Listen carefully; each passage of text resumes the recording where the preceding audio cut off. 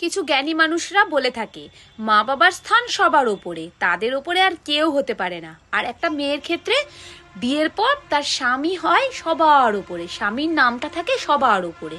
তা বলি, আমার মায়ের মতো আমার স্বামী কি আমায় স্বামীর দুধ খাইয়ে মানুষ করেছে যে স্বামীর স্থান থাকবে ওপরে? স্বামীর পেট কেটে আমাকে বার করেছে যে স্বামীর স্থান থাকবে ওপরে? স্বামী আমার পাছু ধুয়ে দিয়েছে পায়খানা করলে যে স্বামীর স্থান থাকবে ওপরে? হ্যাঁ, ও একটা মেয়ের কাছে এই কথাটা বলা যায়, আর মেয়ের ক্ষেত্রেই এটা বলা যায়। কই একটা ছেলের ক্ষেত্রে তো এটা বলা যায় না, যে একটা ছেলের কাছে সবসময় বলতে শুনি একটা ছেলের কাছে তার মা বাবা সবার উপরে, তারপর বউ। তাহলে মেয়ের ক্ষেত্রে কেন এটা হয়? হ্যাঁ, যখন আমি দেখব আমার স্বামীর কাছে আমার শ্বশুর শাশুড়ির আগে, মানে আমার স্বামীর কাছে তার মা বাবার আগে আমার স্থান, তখনই আমিও সেই একই কায়দায় সবটা মেনে নেব। যতক্ষণ দেখব না এটা হচ্ছে, ততক্ষণ আমার মা বাবা আমার কাছে সবার